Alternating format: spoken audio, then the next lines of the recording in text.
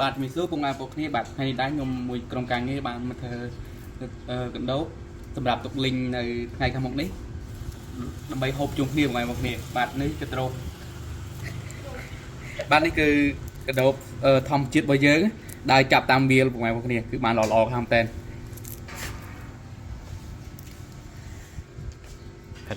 របៀបធ្វើបាទបងប្អូនគ្នាហើយរបៀបធ្វើវិញយើងកាត់ក្បាលហត់អាចហ្នឹងបងប្អូនគ្នាដើម្បីយកអាចវាចេញដើម្បីកុំឲ្យមានភាពរវិញឬមួយក៏ភាពដែលកខ្វក់នៅក្នុងដូបនេះវាដើរស៊ីលឹកឈើស៊ីអញ្ចឹងបងប្អូនគ្នាយើងធ្វើស្អាតអញ្ចឹងទៅសម្រាប់ទុកលីងនៅថ្ងៃស្អែកបងប្អូនគ្នា